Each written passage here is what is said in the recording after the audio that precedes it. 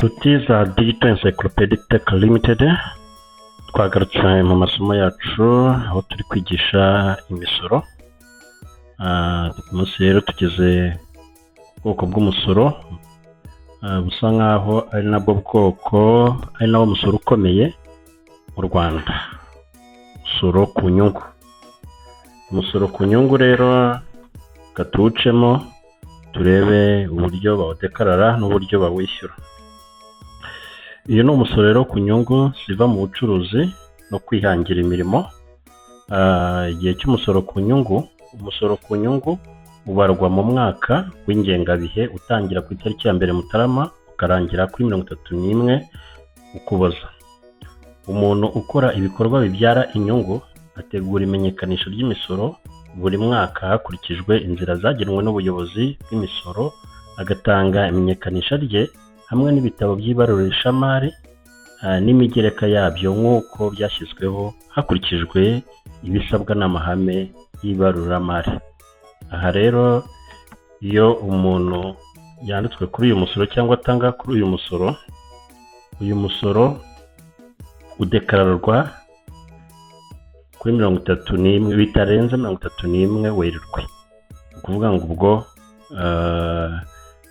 kwezi kwa mbere no kwa kabiri no kwa gatatu ugomba kuba uri mu myiteguro yo kumenyekanisha uwo musoro, kuko ni umusoro w'umwaka uba wavuyemo. Ukuvuga ngo umwaka wabanjirije ayo mezi 3 mvuze niwo uba ugiye kudekararira cyangwa se niwo uba ugiye kwishyura. Niyo mpamvu rero uba ufite igihe cyo kwitegura. Ibikenerwa rero mbere yo gutangira kumenyekanisha umusoro ku nyungu harimo ibitabo by'ibarurishamari cyangwa se by'ibaruramari. Ibitabo murabizi tuzabinyuramo, tuzabikorera icyigisho cyabyo. Ukaba ufite imigereka ijyanye n'ibyo menyekanisha musoro, kandi ukaba warabitse ibyakozwe mu migereka yabugenewe. Umuntu wese utangiye ibikorwa bibyara inyungu agomba kwiyandikisha ku musoro ku nyungu. Umuntu wese umaze kwandikisha ubucuruzi bwe mu kigo cy'igihugu gishinzwe iterambere RDB ahita yandikwa ako kanya ku musoro ku nyungu. Ni ukuvuga ngo hari abantu bajya ku irembo, bajya muri Cyber Cafe bakajya kwandikisha kampani cyangwa bakazajya gufunguza kampani. Niba warabikoze uzamenye ko uyu musoro ukwanditseho. Iyo ufunguye kampani muri uyu mwaka utangira kudekarara mu mwaka ukurikiyeho kuri 31 nyine bitarenze 31 Werurwe. Ni ukuvuga rero waba warakoze waba utarakoze usabwa kumenyekanisha uyu musoro kugira ngo udashyirwaho ibihano. Iyo utakoze umenyekanisha 0 ariko ukadekarara. Udekarara ni ihame, waba warakoze waba utarakoze ugomba kudekarara, kuko itadekaraye ntabwo Rwanda Revenue ishobora kumenya ngo uyu muntu yarakoze cyangwa ntiyakoze. Icyerekana ko umuntu yakoze cyangwa atakoze nuko wadekaraye, bakabona yuko utakoze. Niba rero uzi ko wandikishije kampani cyangwa se wafunguje kampani, umenye yuko ufite umurimo wo kudekarara. Iyo wandikishije rero business muri RDB utangira kudekarara umusoro ku nyungu mu kwezi kwa gatatu gukurikiye umwaka wayandikishijemo. Ibyo twabisobanuye. Ibyiciro rero cy'uyu musoro ku nyungu, uyu musoro ku nyungu niwo twita CIT. Habamo rero ibyiciro bitandukanye. Reka kuri uyu munsi tuvugaho ibigera kuri 3. Hari icyiciro cya mbere bita flat. Flat ni abantu bafite igicuruzo cyangwa se turnover ku mwaka kuva kuri 0 kugeza kuri miliyoni 2. Aba bantu nibishyura umusoro ku nyungu badekarara 0. Aba nubwo baba batarakoze, nubwo baba barakoze, kuvuga ngo igicuruzo tuba tuvuze sales, ibyo wacuruje cyangwa se serivisi watanze muri kampani yawe. Ibyo bintu twabara amafaranga wakiriye tugasanga atagera kuri miliyoni 2. iyo rero amafaranga igicuruzo cy'umwaka cyangwa turnover y'umwaka itageze kuri miliyoni 2, uwo muntu asora 0%. Abantu ba kabiri ni abantu bafite igicuruzo ku mwaka kuva kuri miliyoni 2 kugeza kuri miliyoni 4. Aba basora umusoro mbumbe w'ibihumbi 60. Aba basora ibihumbi 60, kuvuga ngo niyo ubaze igicuruzo turnover kuva kuri miliyoni 2 kugera kuri ubwo ufite miliyoni 2 guhera kuri miliyoni 2 ifaranga rimwe kugenda ukagera kuri miliyoni 4, uwo muntu asora ibihumbi 60. Iyi turnover n'ahandi wayikura, niyo mpamvu badusaba yuko buri mucuruzi wese umuntu wese ukora ubucuruzi aba akwiriye kugira ibitabo by'ibarurishamari. Agomba kugira ahantu aba yandika icyo bita daily report. Agomba kugira ahantu yandika ibyo yagurishije bya buri munsi, akagira purchase kandi akagira na sales. Abantu rero bafite igicuruzo kuva kuri miliyoni 4 kugeza kuri miliyoni 7, baba basora umusoro w'ibihumbi 120 ku mwaka. Abantu rero bafite igicuruzo turnover kuva kuri miliyoni 7 kugera kuri miliyoni 10, baba basora umusoro basora amafaranga 210. Abantu ba gatatu ni abantu bafite igicuruzo kuva kuri miliyoni 10 kugera kuri miliyoni 12, abo basora ibihumbi 300. Kiri icyiciro cya mbere twita flat. Icyiciro cya kabiri twita lump sum cyangwa se kubara forfait. Byita forfait, lump sum. Abana ni icyiciro cya kabiri cy'abantu bisumbuyeho gatoya kuri bariya tuvuze. Ni abantu bari rero bafite igicuruzo ku mwaka kuva kuri miliyoni 12 kugeza kuri miliyoni 20. Aba basora 3%. Uyu ni wa musoro wa 3%. Abantu benshi barawuzi ariko nibaza utandukanira na bariya mvuze bwa mbere. Aba ni abantu bagira igicuruzo kiri hagati ya miliyoni 12 na miliyoni 20.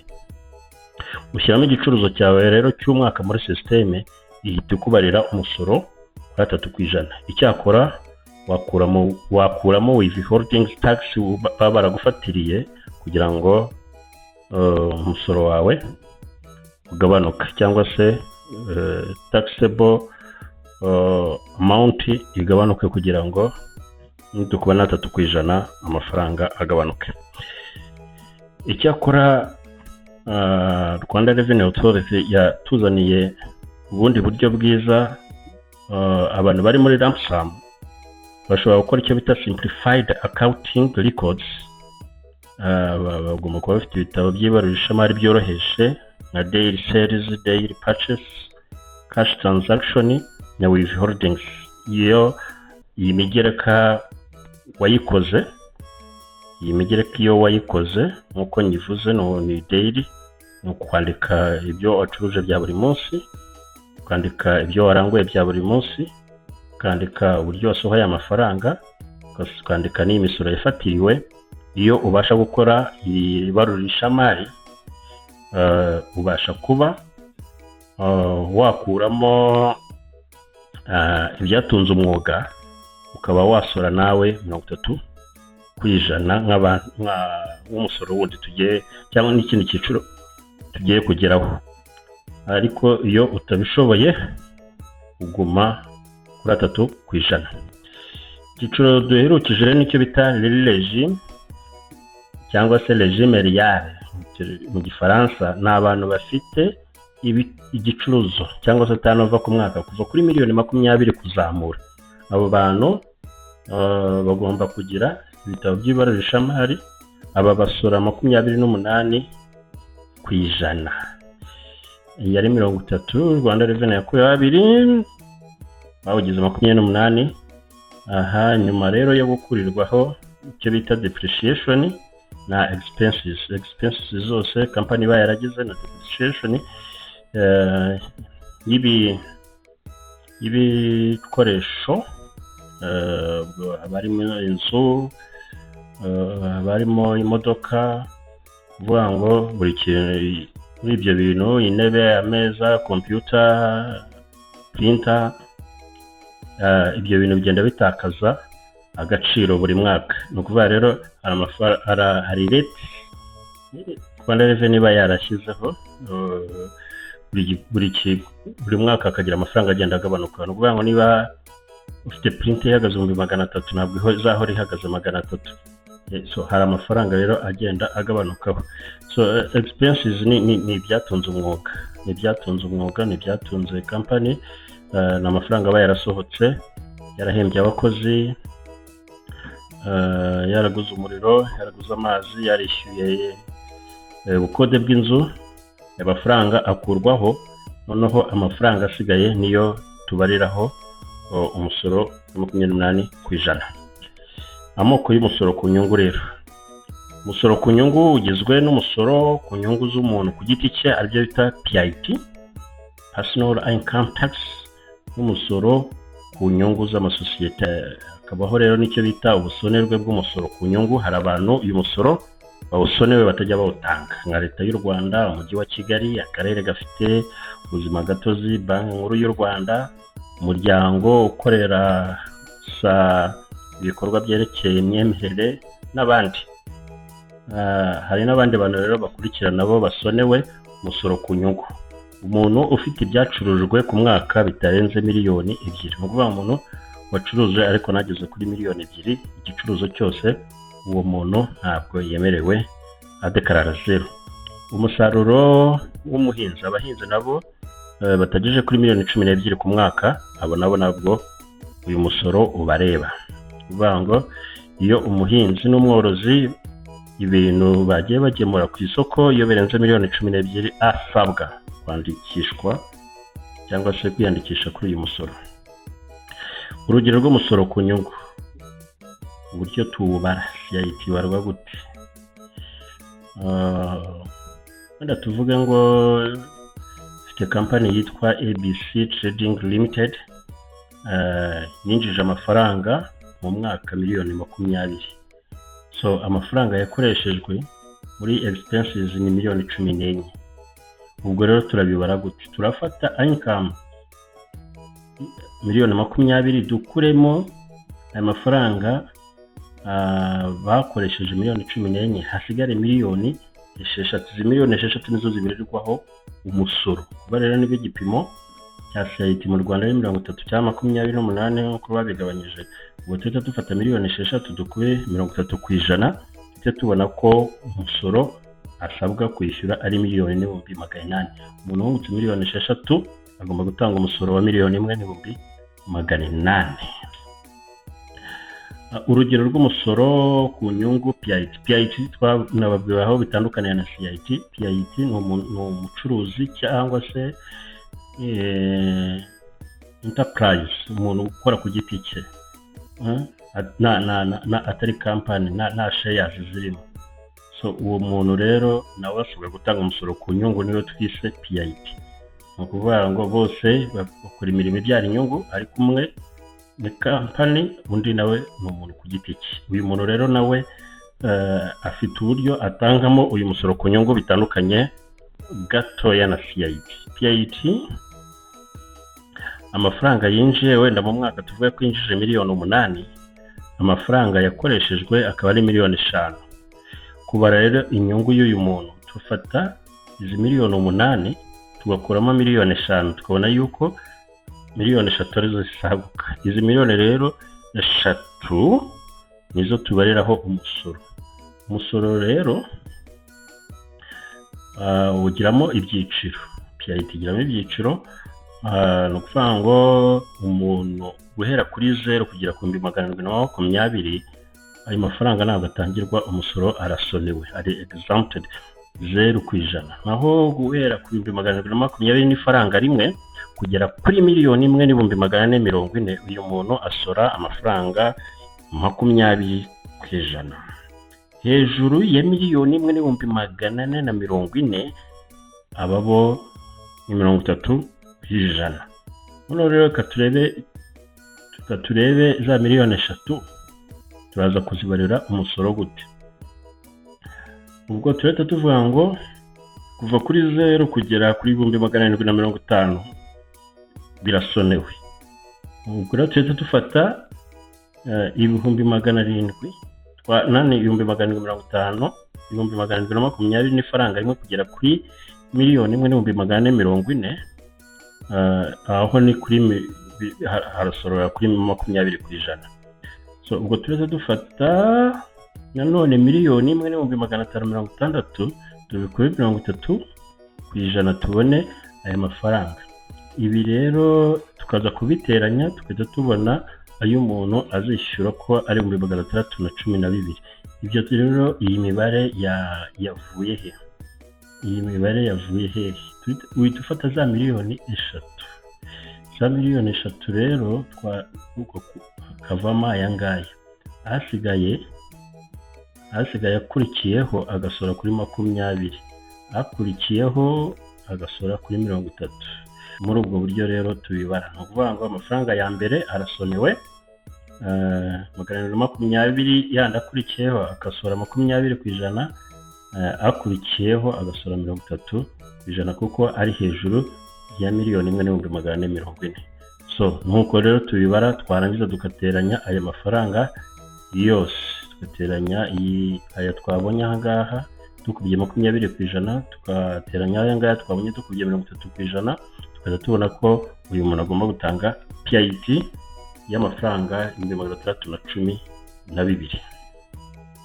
Andi makuru ku musoro ku nyungu wayasoma muri iri tegeko nomero 014/2025 ryo kwa 27 Gicurasi 2025. Iri tegeko rikaba ryarahinduraga itegeko ryo muri 2022 rishyiraho imisoro ku musaruro. Ushaka amakuru arambuye ku musoro ku nyungu wayasoma mu igazeti ya Repubulika y'u Rwanda. Rero tugera ku kumenyekanisha umusoro ku nyungu. Tujya kuri browser ukoresha ugashyiramo iyi link https://etax.rra.gov.rw. iyi link iyo umaze kuyishyiramo ako kanya twita katubikore turebe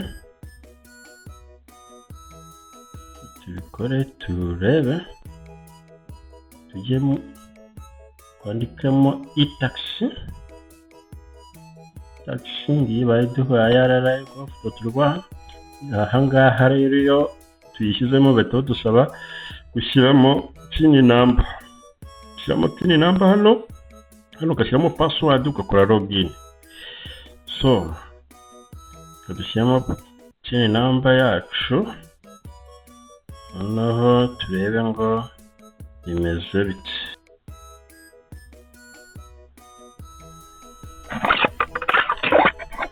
Murabona ko ise ifunguka. Aha rero tuba tumaze kwinjira mu rubuga rwa itax. Iyo tugeze hano ikintu twihutira gukora rero ni iki? Twihutira kujya hano kuri Annexa cyangwa CIT. Reka downloading iyi Annexa, wenda downloading iyi, ubona ko ise downloadinga. Dusubireyo nanone downloading balance sheet, dusubireyo turebe undi mugereka batubaza bari butubaze. Downloading undi mugereka witwa company representative. Naho downloading undi mugereka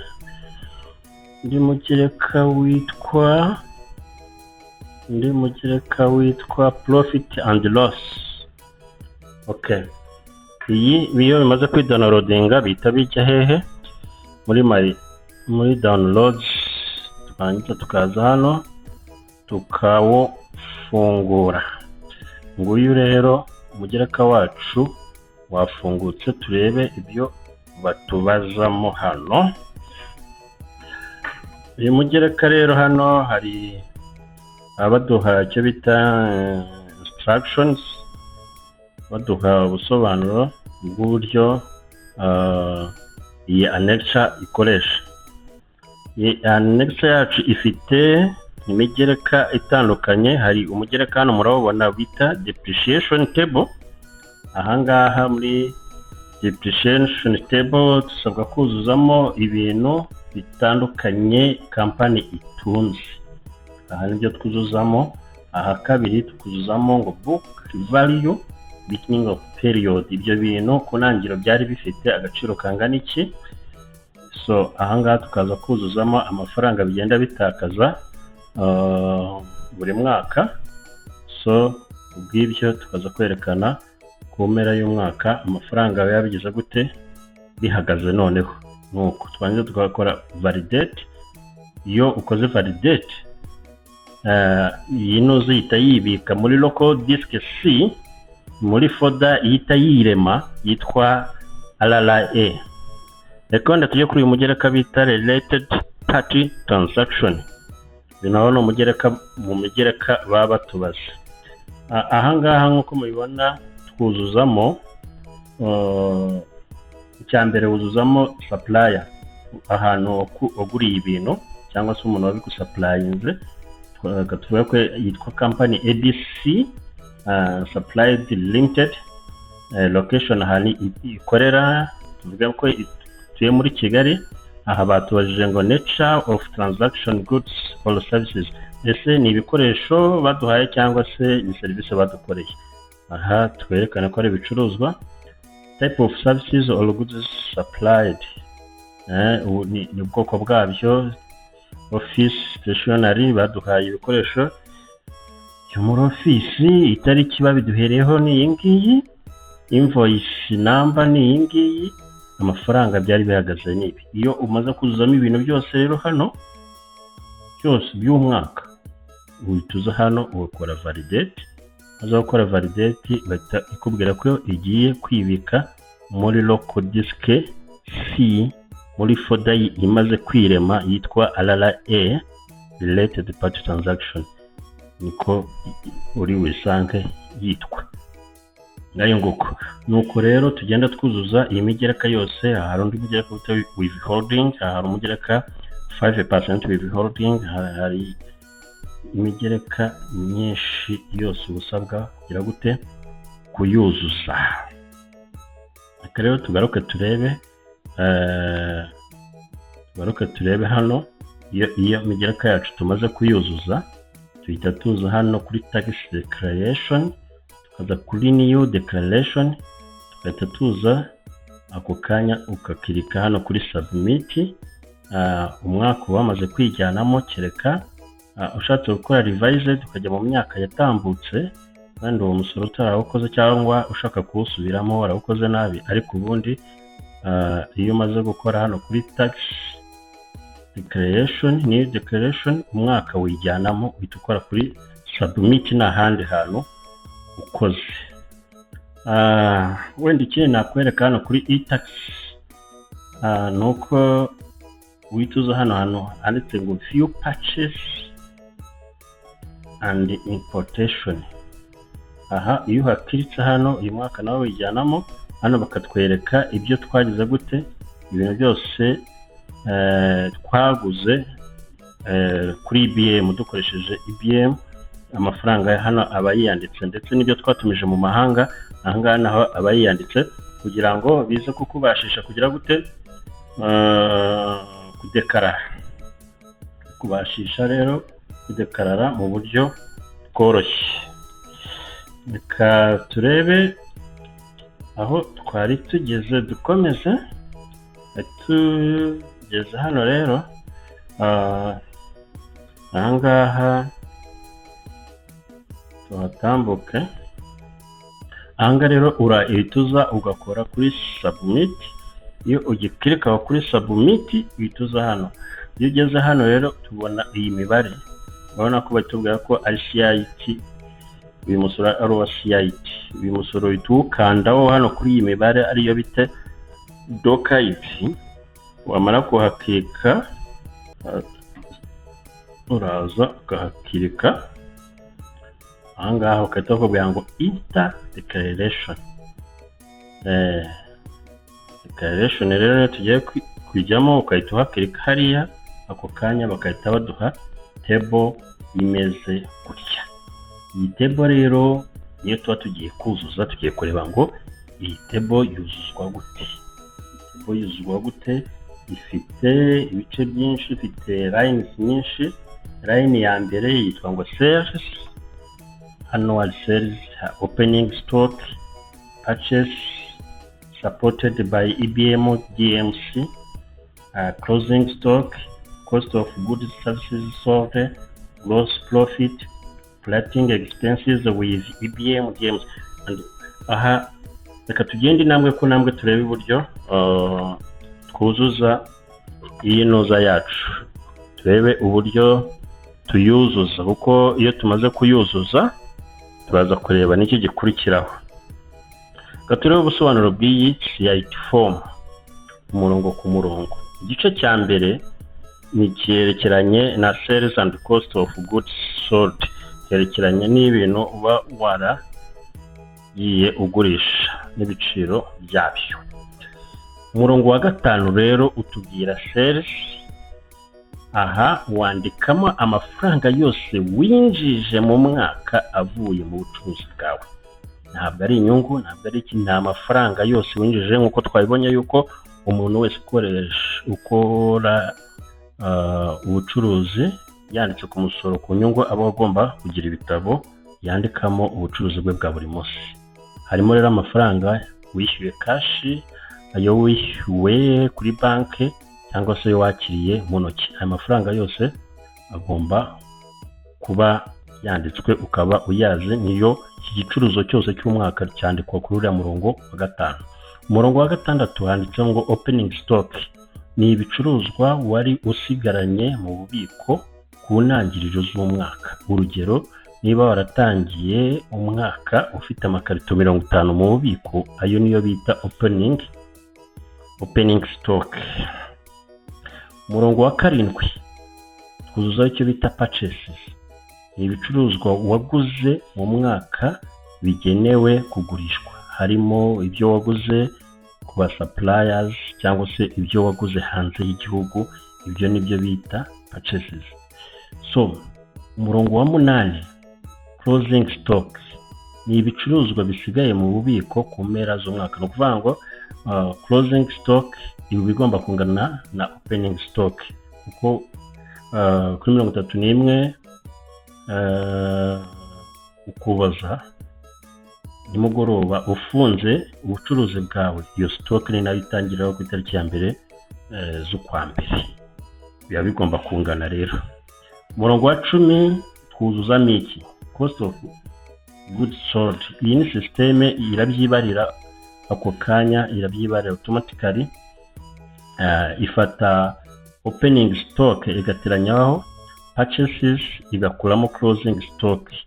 Ibi rero bivuze ko ibyagurishijwe mu by'ukuri mu mwaka, no kuvuga ngo nta kundi iyibara, systeme yo ihita ibyibarira ako kanya. Igice cya kabiri rero tugiye kureba ibyerekeranye n'inyungu. Umurongo wa 15 twandikaho gross profit, inyungu yose. Ni inyungu yibanze ya business. Formula yayo ni ukuvuga ngo ni sales minus cost of goods sold. Ni ukuvuga ngo ni ugufata ibyagurishijwe ugakuramo ibyaguzwe, bitubona inyungu yinjiye mu mwaka. Ariko iyi ni profit utaravanamo expenses, kuko umusoro ntabwo tubarira ku nyungu nyakuri, ahubwo tubarira ku nyungu nyakuri, kandi ahangaha ntabwo bayakaba inyungu nyakuri. Igice cya gatatu nicyo bita operating expenses. Umurongo wa 16 aha rero wandikamo expenses zifite facture zemewe na RRA. Urugero, amafaranga y'amashanyarazi, internet, transport, ifite invoice n'ibikoresho by'akazi. Ibi bintu byose byandikwa kuri uyu murongo wa 16. Aya mafaranga ni amafaranga uba waratanze ariko ari supported with EBM. Line ya 17 ni imishahara uba warahembye abakozi bawe. Handikwa imishahara wahembye abakozi bawe warabatangiye umusoro wa TPR. Aha umurongo wa 18 hajyaho icyo bita expenses supported by withholding. Ni expenses waguze wishyuye withholding tax, no kuri services uba waragiye ukoresha bakagufatira umusoro. Uyu musoro nawo uwuzuza kuri line ya 18. Line ya 19 ni expenses without EBM cyangwa se without DMs. Aha wandikamo expenses zitemewe na LLA na RRA n'izigabanya umusoro, ariko izi n'izigabanya CIT. Systeme rero ku murongo wa 20 ikora total operating expenses. Systeme iteranya line ya 16 na line ya 17 na line ya 18 na line ya 19. Ibyo ikabiteranyiriza hamwe ako kanya ikahita ikwereka total expenses. Umurongo wa 25 nicyo bita depreciation. Depreciation rero ni igabanuka ry'agaciro k'ibikoresho bya business, nk'urugero nk'imodoka, laptop, printer, furniture, machine. Iyi depreciation igomba gukurikiza Rwanda Revenue Authority rates, amabwiriza ya Rwanda Revenue uko avuga ko uburyo ibintu bigenda bigabanuka mu ngano y'agaciro. Line ya 30 nicyo bita total expenses plus depreciation. Aha handikwamo igiteranyo cya operating expenses ugateranyaho depreciation twabibonye. Line ya 35 nicyo bita net operating income. Ni inyungu isigaye nyuma yo gukuramo expenses zose. Machine ahangaha itikora system ni ibyikorera, itifata gross profit minus total expenses, ikahita ibona ayo mafaranga. Murongo wa 40 rero handikwamo icyo bita investment income. Aha uhuzamo inyungu ziva kuri shares na interest za banke. Niba ufite amafaranga washyize muri banke kandi iyo banke ikaba iguha inyungu, iyo nyungu bigomba kwandikwa kuri uriya murongo wa 40. Murongo wa 45 ni non operating income. Ni amafaranga winjije ariko atava muri business yawe nyakuri. Murongo wa 50 hazaho icyo bita rental income, amafaranga yinjijwe avuye mu bukode bw'inzu. Murongo wa 55 tuhuzuza icyo bita total income. System iteranya income yose, operating incomes kongeraho izindi income, ikahita iguha total. Murongo wa 56 ni investment expenses. Ni expenses zakozwe mu mishinga mishyashya ya company, nayo ayo mafaranga yandikwamo aha. Ahangaha ku murongo 35 handikwamo expenses zidafitanye isano na business yawe, kuko ari amafaranga ya company ariko warayasohoye, uyasohora uyakoresha indi mishinga, ujya korora inkoko. Urumva niba wari ufite company yesitara amashanyarazi, umva amafaranga ukaba warayakuyemo ukajya kuyakoresha mu mushinga w'inkoko, ntabwo ayo mafaranga afitanye isano na company, ariko aba agomba kwandikwa kugira ngo bimenyekane ahantu yashowe. Line ya 70 ni training and research. Ni amafaranga yakoreshejwe mu guhugura abakozi. Line ya 75 ni depreciation yihuse ku mishinga yihariye ariko yemewe na Rwanda Revenue Authority. Bisobanuye iki mu magambo yoroshye rero? Mu buryo busanzwe umutungo y'imashini y'inyubako, ibikoresho ugabaniraho depreciation ku gipimo gisanzwe, wenda nk'urugero 10%, 20%, 25% bitewe n'icyiciro. Ariko kuri iyi depreciation turi kureba yo kuri iyi line ya 75, aho hari uburyo bwihariye bibarwa, ibi bigatuma inyungu isoreshwa igabanuka vuba. Line ya 80 ni igice cyerekeranye n'imyenda n'amafaranga abakiriya bananiwe kwishyura burundu. Ayo mafaranga nayo yandikwa umurongo wa 80 niba warakopye abantu ariko niba kwishyure ayo mafaranga abagomba kwandikwa. Line ya 90 ni total deductions, ni system iteranya ku kanya zose ikahita izi kwereka. 95 ni net income, ni inyungu yemewe mbere yo kuba yo gukuraho se cyangwa se ni inyungu yemewe ibarirwaho umusoro. 95. Aha rero kuri line 120 nicyo bita taxable income. Aha ni inyungu isoreshwa kuri CIT, niyo ikoreshwa mu kubara umusoro. Kuri line 125 Rwanda Revenue Authority ikoresha rate ya 28%, ifata nyine taxable income igakuba 28%, ubwo umusoro ukaba urabonetse ugomba gusora. Umusoro rero wishyuye hanze ushobora kugabanwaho, ukuvuga ngo 170 wonge wuzuza icyo bita foreign tax credit. Umusoro rero uba warishyuye utumiza ibikoresho hanze y'igihugu bakaba barawugufatiriye uwo musoro, nawo urabandi gushaka kugira icyo ugabanya ku musoro. Line 180 ni quarterly prepayments, na abishyura mu bihembwe uyu musoro ku nyungu, amafaranga wishyuye nayo uyuzuzamo. Umurongo wa 200 system igiteranya credits zose. 210 ni net tax ugomba gusora, ni umusoro usigaye wishyura nyuma yo gukuraho credits zose. Line ya 220 ari nayo ya nyuma ya ni balance. Iyi niyo mafaranga ugomba kwishyura CIT cyangwa se ugomba kwishyura Rwanda Revenue Authority yo CIT yawe. Ahangaha rero iyo uharangije uhita uza ugakirika hano kuri save, ugahita ubona ubutumwa bukubwira ko document yawe ibaye saved, ugahita uza hano ugakanda kuri continue with upload and next charge. Iyo ugahita uza hano ugashyiramo icyo bita annexures zawe. Rero annexes ufite baba baguhaye nizo wuzuzamo. Izi ziriho utunyenyeri tw'umutuku zo niziba zigomba kubura, ni ukuvuga ngo ntishobora gukomeza izi ngizi zitarimo nka balance sheet, profit and loss account, company representative. Izi zose nizigomba kubura. So izi zose rero ugomba kuzishyiramo, ariko cyane cyane izi ziriho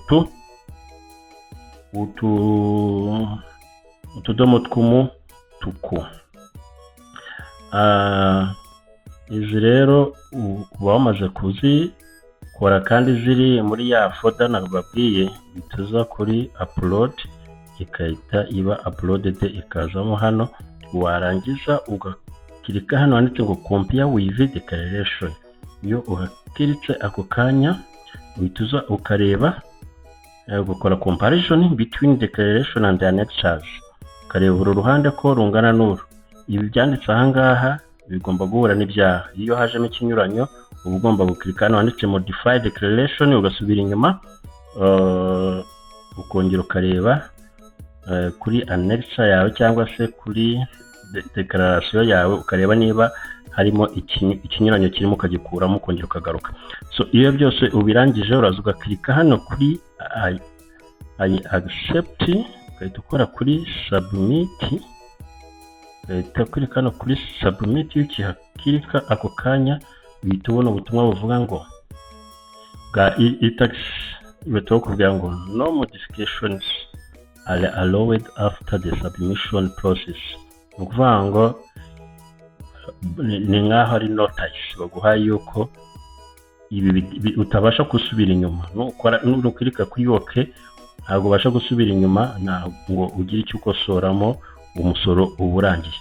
So ubwo wumva ubishidikanyaho kanda kuri cancel, ariko niba utabishidikanyaho kanda kuri OK. Ako kanya ukahita ubona ngo view acknowledgement receipt. Ahangaha receipt ubwo tuba tugiye kuyigeraho, uhita uhakirika gutyo ukahita ubona receipt, ukahita wangiza ukajya kwishyura ukoresheje iyi doc reference number, kuvuga ngo iyi mibare niyo ujya kwishyuriraho umusoro wishyura uba wanditse hano hasi. Iyi nomero rero iyo ukoresheje mobile money cyangwa se ukajya kuri banki ujyanye iyi receipt, uhita wishyura umusoro ku nyungu. Ni uko nguko rero tudekarara uyu musoro. Niba hari ikibazo wumvishemo, niba hari icyo ushaka kutwunganira, wajya muri comment cyangwa se ukatwandikira kuri nomero twatanze mu kiganiro, ukatwugira inama utwungura, cyangwa se niba ukeneye yuko tuguha amahugurwa kuri uyu musoro cyangwa ko tuwugukorera, watwandikira kuri email cyangwa se ukatwandikira kuri ya nomero no kuri WhatsApp ikoraho. Muri kumwe na Holike na Hejo.